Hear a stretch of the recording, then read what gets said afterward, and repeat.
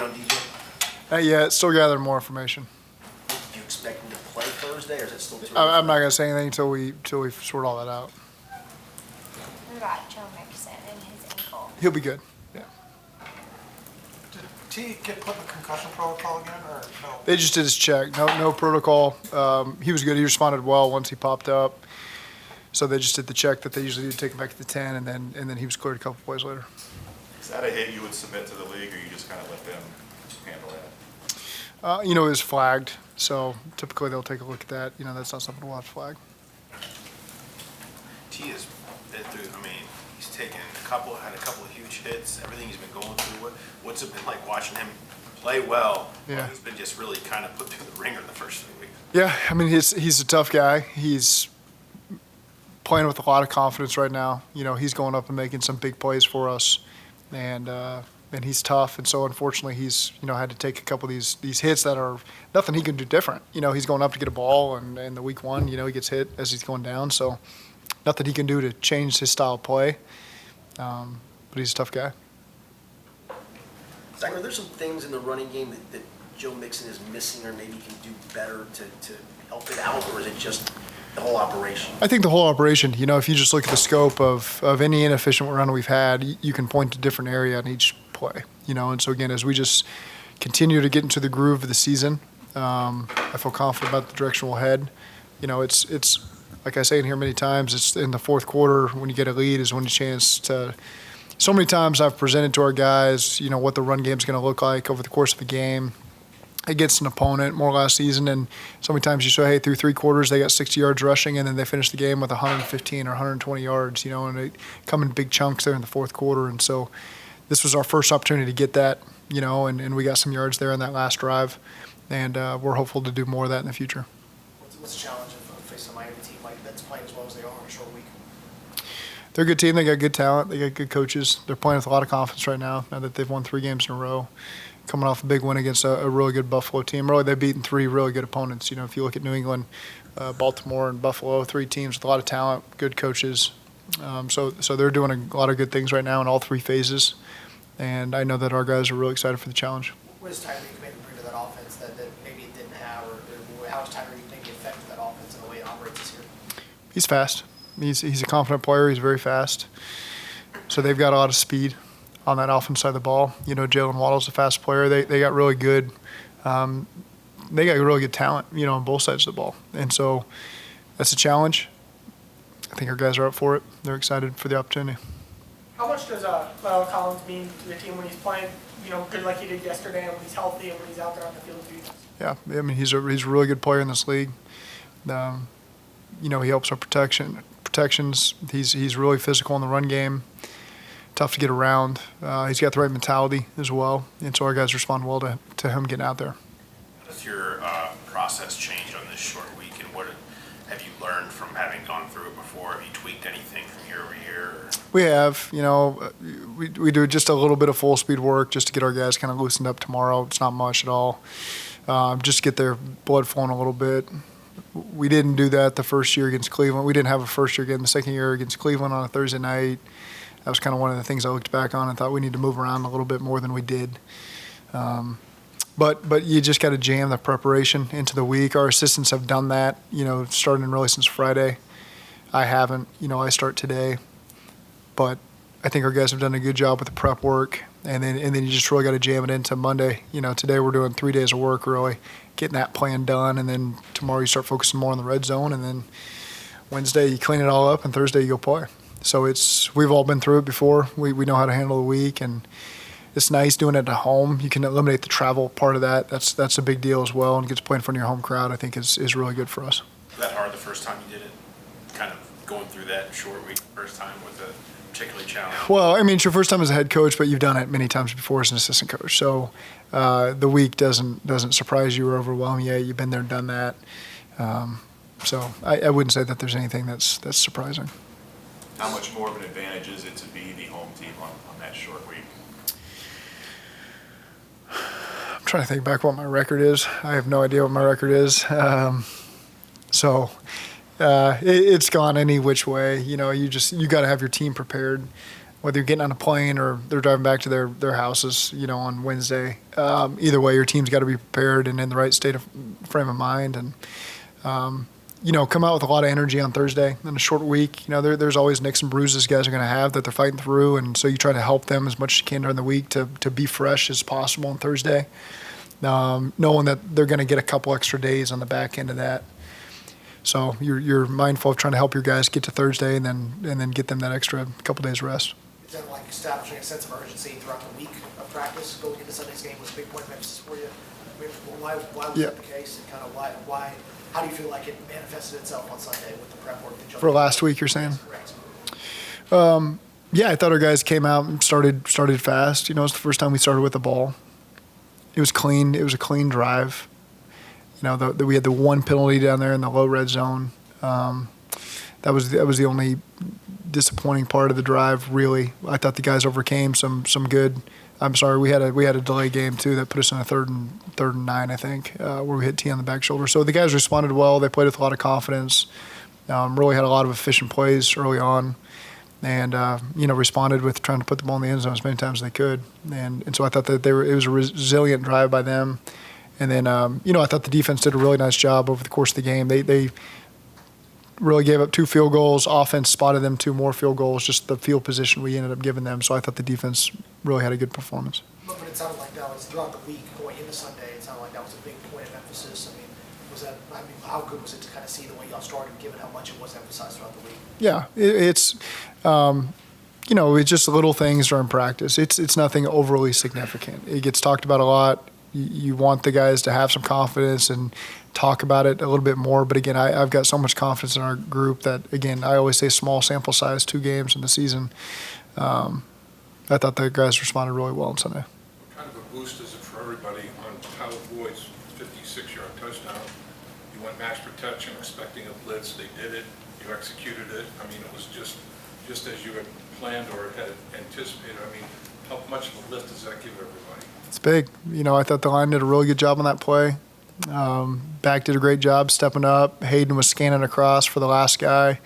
Joe did a great job just sitting calm in the eye of the storm, and TB got the separation he needed and was able to finish off that play after contact, which is big. And Jamar's even trying to get in the picture, to catch up and try to help him block downfield. But that was a big spark. Anytime you can score on 3rd down, because you know in that moment a lot of things can happen. You want to convert and get a new set of downs.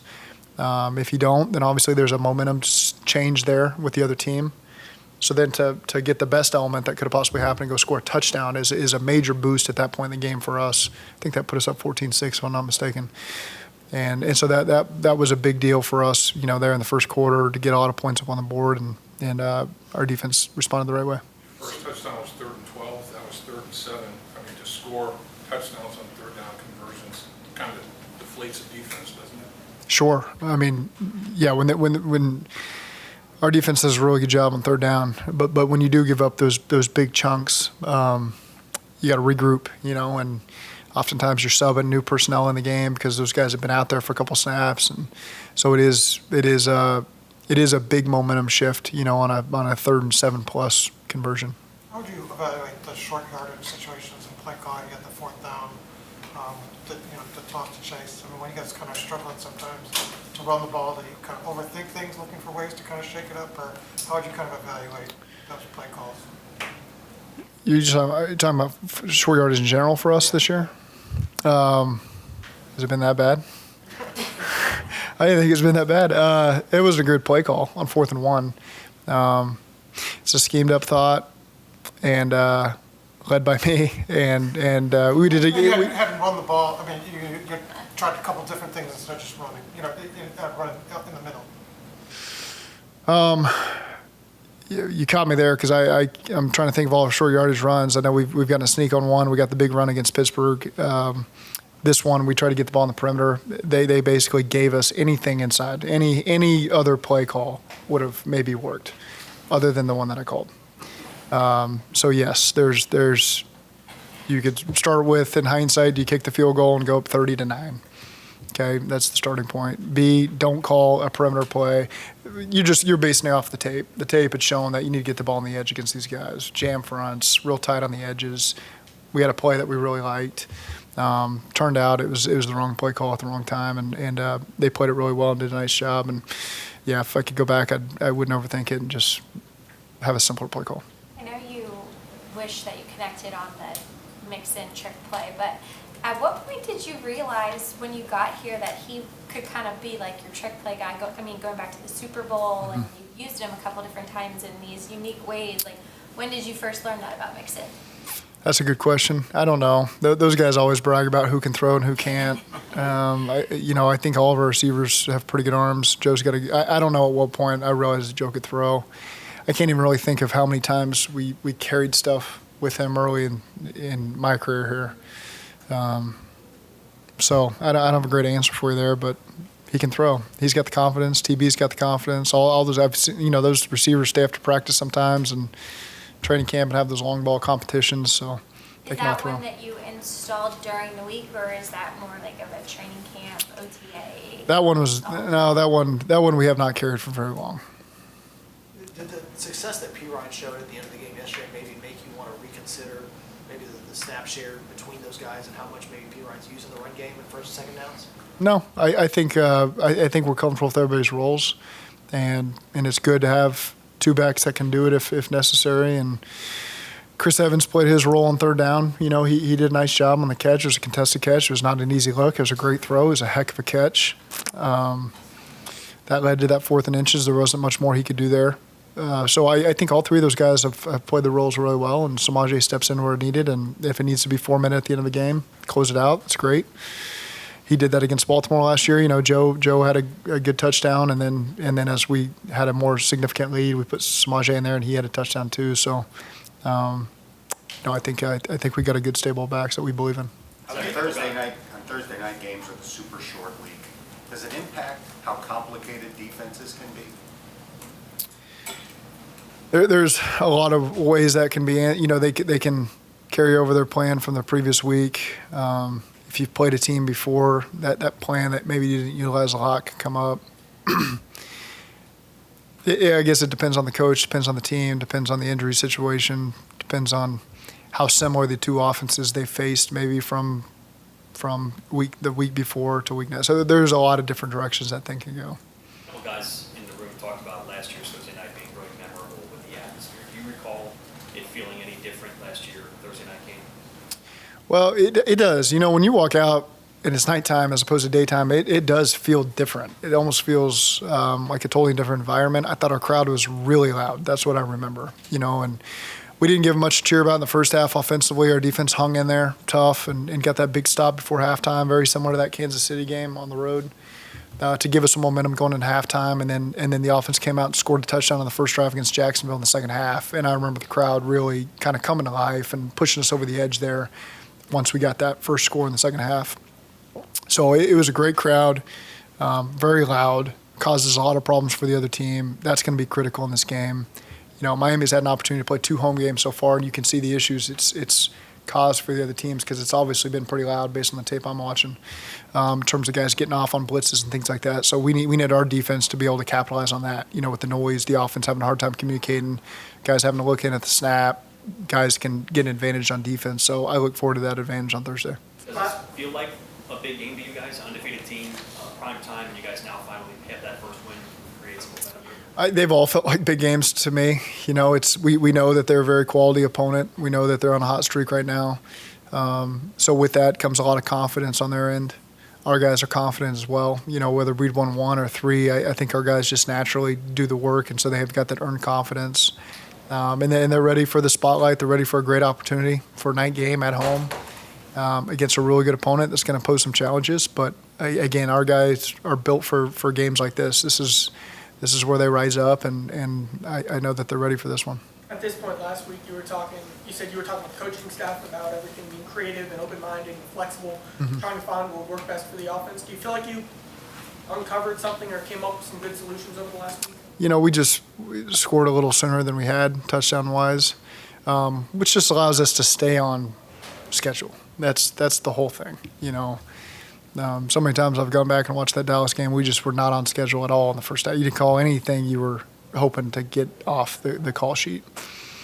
And so I just thought overall as a team, we played better complementary football yesterday that allowed all the phases to execute the plan that we thought would work best against the Jets, and that's a position we got to continue to put ourselves in. What do you feel like was the most positive takeaway from the way the offense played? I guess except for the slow start. Like what was working really well? In this game? Yeah, last week or yesterday. I thought early on we were efficient on early downs. That was a key. We weren't putting ourselves in many second get back on track situations. And so when you're doing that, keep pushing the ball forward, then we feel really good about utilizing our weapons, against the types of coverages that are easier to be aggressive against. And so I thought our guys did a really good job managing that. I thought the protection was outstanding, particularly in the first half. The sack came on a 3rd and 10, backed up. I should have just gotten us out of the half, really not put us in that position. That's where the sack came up. But I thought aside from that, the protection was really good. What makes Tua as good as he is at running RPOs, and what kind of challenge is that giving for your defense out there? He anticipates really well, whether you're calling it an RPO or a play action. It doesn't really matter what they call it. He does a good job anticipating windows. So you might freeze the tape and the receiver has not even cleared the backer or the safety and the ball's already out to the spot that he anticipates the receiver being there. They got really good speed, so there's a great opportunity to utilize that for them because he can throw those voids and know that guys are going to show up. So I think that's something he excelled at Alabama for certain. He plays fast. He again, like I said, he anticipates and throws the spots and just does a really good job that way, trying to get the ball out of his hands quickly. How pleased were you with the tight ends with Drew out and Hayden hurt kind of late in the week? Used those backups a lot in that fourth quarter. Yeah, they did. They all played a role for us. I thought they all did a really nice job for us. Hayden, Mitch, and Devin. So to see those guys just as a unit get in there, James has done a really good job getting those guys ready for anything because we had 11, we had 12, we had 13, we had big 13 with Keem in there. So guys always had to know what position they were playing on what play. I think that's part of playing tight end that probably people don't comprehend is, they got am I the F on this play? Am I the Y on this play? Am I the Z on this play? Based on who else is in the game or what play sometimes we're calling. And so there's a lot they got to manage in terms of the run game, the passes, and the protection that they got to be locked in on in those 3 phases. That's a lot to take on. And so I think James Casey does a really good job getting those guys prepared and so they can go play with confidence despite whoever's playing. And we used 3 guys, and I thought they all did a nice job for us. Going back to Tua, when you guys were going through the quarterback evaluation process for that draft class, how did you start it? Did you just look at Burrow, Herbert, and Tua, and then keyed in on Burrow being kind of your guy? Like, what did you think of Tua coming out, and how did you guys kind of hone in on Burrow? Was it just the Senior Bowl? Because that's going to be the talk, that draft class with Sure. Tua and Burrow. So just your perspective on that. Yeah, we watched all the games and all those guys, and again, we didn't need to rush into a decision. We had till April, whatever it was. Really liked watching Tua. He was a winner, played with a lot of confidence. Just thought that he would really do a good job operating an offense in the NFL, and was clear that he should be in the first round conversation at the top of the draft conversation. That was all very clear. For us, we just saw something in Joe that we believed in, that he needed to be the number 1 pick. He was the right fit for us, and never waited from that. From the day we decided that until now, and that was the direction we went. But certainly saw that there were some other quarterbacks in the draft that were going to be really successful for other teams, just not for us. Do you sense any difference in Joe for games like this? Not just against like a guy like Tua in his draft class, but a primetime game where all the national spotlight's on it. Do you sense any difference in the way that he goes about it, or do you just seem like you're... No, I think that's what's great about Joe is it doesn't matter if you were getting him ready for a preseason game or the Super Bowl. He's got his process he follows that he believes in to get him prepared for kickoff. I can confidently say I doubt that he cares who the other quarterback is on the other team. He's certainly more focused on the defense. But again, that's part of his process that makes him great. Is he always follows the same routine to get himself ready. Mike McDaniel has the reputation of being really bright offensive Yeah. line. Is that a guy that, like over the years, whether he was in San Francisco, Atlanta, Cleveland, whatever, that you were hearing, this assistant coach is really... Or in my GA office at Texas A&M when he'd come visit. So I've known Mike for a long time. He's always been extremely bright. one of the really good guys in the profession. I think that everybody's been around him really likes Mike, and he's doing a really good job. I'm happy that he got this opportunity. He's taken full advantage of it. I think everybody that knows him knows how smart he is. I haven't coached with him. I haven't been around him in that environment, but just my conversations with him since 2008. I always knew that he was really intelligent and was going to have success. And obviously, all the guys that have worked with him think that because Kyle's taken him everywhere, and he's been a big part of what they've done in Cleveland and Atlanta, and going back to Houston and San Francisco. And so, really, really bright guy who's getting his opportunity to make the most of it. What was he doing when he used to visit you at A&M? Where was I think he was in the UFL at the time, and had worked with the guy I'd worked with, and would stop by in the office and hang out. And we literally had a closet. It was about the size of this. I think it was about as narrow as this table, as wide as the table, and as narrow as the table. It was a closet that it was me and a guy named Tim Bender. And then Tim left, and we hired Clint Kubiak and Ben Martin, and Mike crossed over with, I think, Tim Bender, so he'd come visit and hang out for a couple days. Where did you take guys, coaches out in College Station? What was the coaching spot you had to take folks to? Fuego, right on the corner of Yeah, but George Bush or something, University, Texas Avenue, whatever it was. They were all the same streets. Probably that was the number one spot. How often do you look What's the back? trailer? Hullabaloo? Hullabaloo, the pancake place. Hullabaloo, that trailer. I'd go there a lot too. How often do you look back at 38-35 in Miami and just think, what if that game goes different and maybe Joe Burrow's not here? Not much. That game, we were just trying to win at any. I know what the narrative is, but we were just trying to win. It was just, we worked so hard every week, and it was just, losing's not fun. And so we did everything we could to claw ourselves back in that game. I think it was 35-12 at one point late in the game.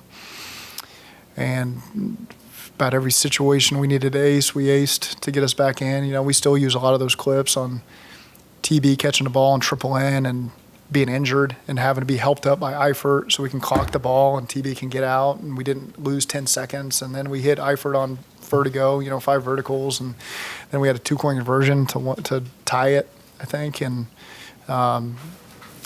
so that game comes up a lot, not because it was the Miami Dolphins, just because of the situations that have come up. So we've probably seen that game from 2019 as much as any game from that year.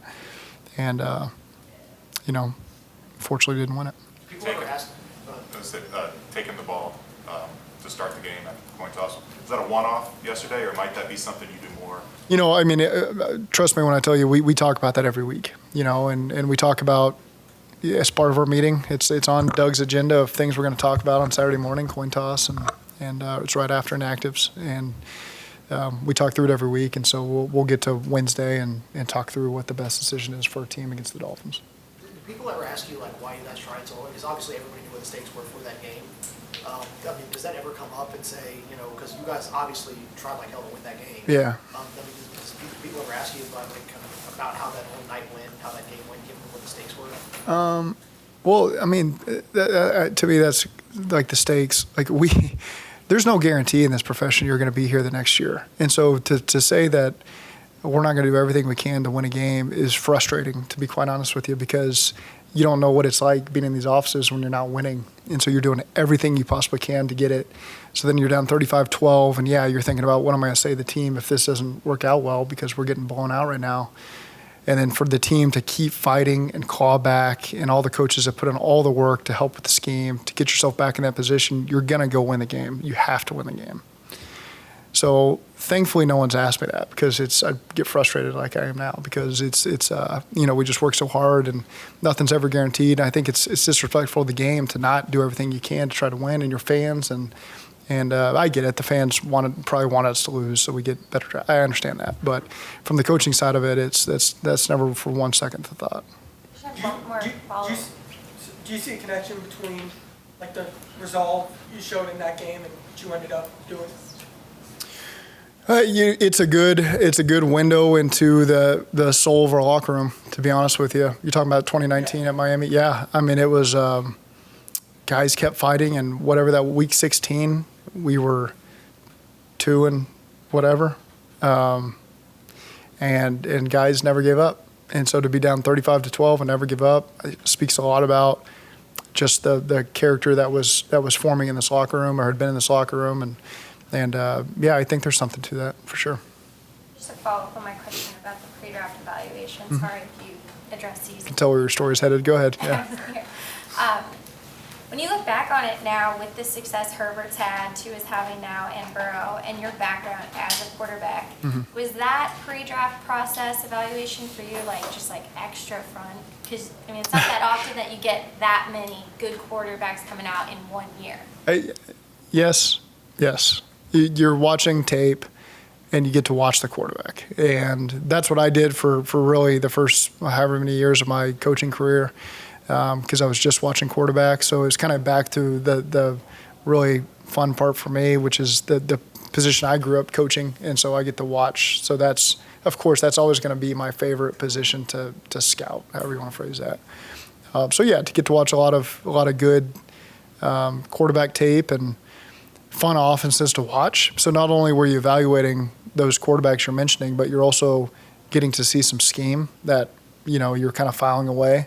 You're getting to see some receivers that are going to be on your radar at some point. We never thought we'd have a shot at Jamar Chase, but I remember saying, who in the heck is this guy that he's throwing to?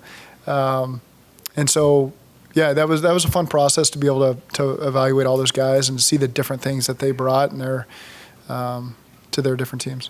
You talked a lot about The Dolphins' defensive coordinator was retained, and there are quite a few players that have been there for a little bit with them, continuity-wise. Their defense, are they a defense that this is what we're running, and you're going to have to adjust to us? Are they a defense that morphs to what you do, and game plans on week to week, and tear out one game plan and go to another? What type of defense are they? Yeah, the latter. It's you see different things based on the opponents they've played. And that's the challenging part is you've played really three different. You've played New England. That's a balanced team, and then you got the Ravens that present a ton of challenges for everybody that plays the Ravens offense with Lamar and all those guys, and then you got Buffalo, that threw the ball however many times, and he's back there slinging it. And they got tremendous weapons, and so you can kind of make an argument that three different styles of offenses you face, and so then you got to look at the defense and say how much 3 games in the season is game planning, how much is what they do, core to what they do week to week. So the head coach last year was obviously heavily involved in it. So now this guy's, on his own with his staff, and so what remnants are there. So I think they do a really good job. They're really good communicators. Like you said, they got a lot of guys back that have played in that system before. That allows them to be pretty flexible and adjust on the move during a play, pre-snap. So you see some real value there in having the players that have returned for them, and they do a good job communicating, doing a good job being aggressive, and giving you a lot of different looks. With your defense, we've talked a lot about continuity from year to year and picking up where you left off, but through 3 games, what do you feel like you've learned about your 2022 defense? Man, wouldn't want to face them. They don't give up 7 easy. I can tell you that much. And they've risen up. We put them in some tough spots offensively. With deficits and field position, and they just rise up and do it again and do it again. And we want to take that pressure off them certainly and score 50 points in the game. And but they've just done an outstanding job. The character of that unit's just second to none, really. And they take that as a challenge. With a short field, not giving up more points than are already available. And I think that they've just done a tremendous job through 3 games. I know, people are going to say there's no disrespect to the first 3 teams you played, but this has certainly been a more productive offense you're about to face Thursday, your first kind of starting quarterback. What are you interested in seeing how the defense that you feel has looked really good against those teams looks like on Thursday, or do you feel like you already know the answer to that? I feel like I know the answer to that. I am excited to see every test that they're presented with. It's always a different style that they're playing, how they respond to that. But again, I think I already know the answers to the tests on how they're going to respond. It's you can give up a big play. It happens. I think that the way they respond to that is significant. You know, they don't let one play carry over to the next. That's the biggest thing about this group, because of the veteranness of this group, the chemistry, the time together, however you want to phrase it.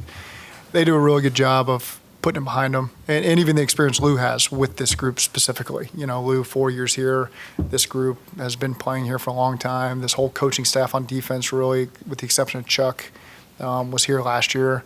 And so the chemistry is just the adjustments. Hey, we got to get that fixed. Hey, Chuck, make sure we get that fixed next play. Betch, make sure we get that fixed next play. Hobby, whoever it is, you know, those guys are on top of it real quick. They already know what happened. Let's get that fixed. And you can see the players already making the adjustment for the next play. So I think that's part of what's really impressive, and good job with the communication with the staff and then with the players as well. I wouldn't call it a relief, but was it particularly exciting to see the pressure your defensive line got yesterday, because that had been one thing that we probably were looking for maybe a little bit more of, and to be so disruptive yesterday.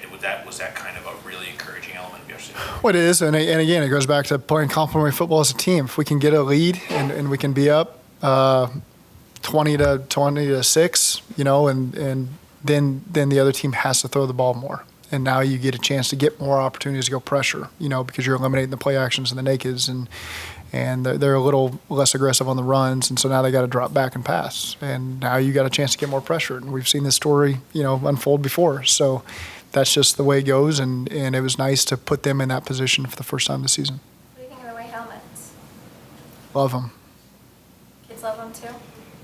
The kids love them, yeah. I mean, I couldn't even tell you what we wear, to be honest with you. But I love everything about it. I think there's great energy. My kids love it. Players love it. Everyone else seems to love it. I'm on board. I love it. I have a hard time telling you what we wore the week before. Even though I've just watched the tape 1,000 times, if you asked me what we wore yesterday, I would have a hard time pinning that down for you. But that's just me. I can't even tell you what I'm wearing right now. So. Is there coach issue gear for Thursday then, or you guys like have some all white thing you're supposed to be in? You know what? I show up to the game and there's stuff in my locker and I put it on, and that's, if it's all white, then I'll wear it. If it's all black like it normally is, I'll wear that too. So I'm not too picky with what I put on. Employees dress you. You're dressed by them. You don't pick what the coaches wear. Adam Nolman tells me what to wear and I wear it, and I think he'd tell you I don't complain very often. So.